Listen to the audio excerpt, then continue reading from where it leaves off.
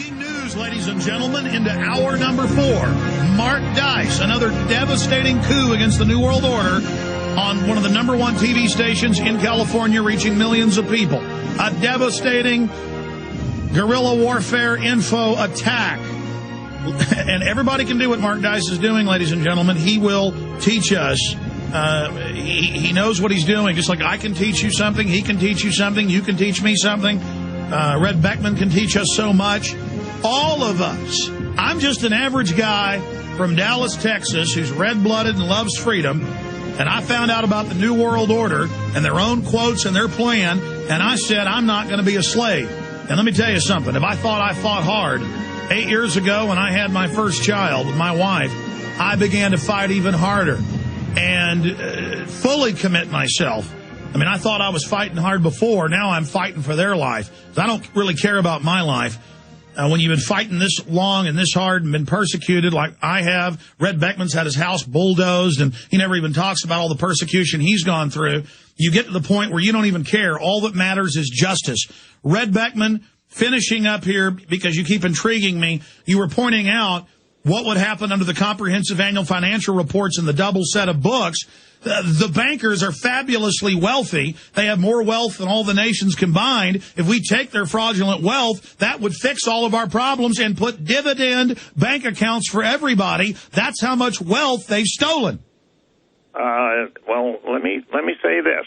There's very few people that have understood this. I explained this to our friend who just passed away back about 20 years ago, and he hadn't really comprehended this. And Eustace had written the book The Secret of the Federal Reserve back in the early 50s, but he hadn't really connected all the dots. Back in the 80s, after Nixon deregulated gold mining just blossomed and exploded worldwide. And where was all that gold going? It wasn't being bought by Joe Sixpack because he didn't have enough money to buy it. It was being bought up by the Federal Reserve Bank with those $100 bills that they were going to the U.S. printing press, or the printing office, and they were buying $100 bills at that time. In 1984, I'm thinking of that year in particular, they were buying $100 bills for 2.6 cents a piece. How much gold would you have bought if you could have bought $100 bills for 2.6 cents a piece? Unlimited. Where is all that gold? They use it to manipulate and drive down the gold market. We're going to find out where it's at. I'm so sure that this is coming.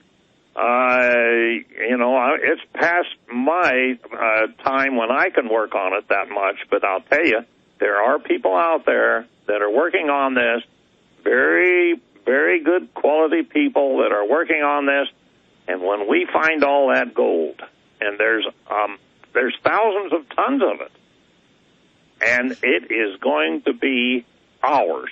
And that's got to worry the system. That's got to worry the system to know there's all these millions of investigators crawling over everything they're doing. They're sticking their nose into everything. And I can sit on the sidelines now, and I'm the cheering section.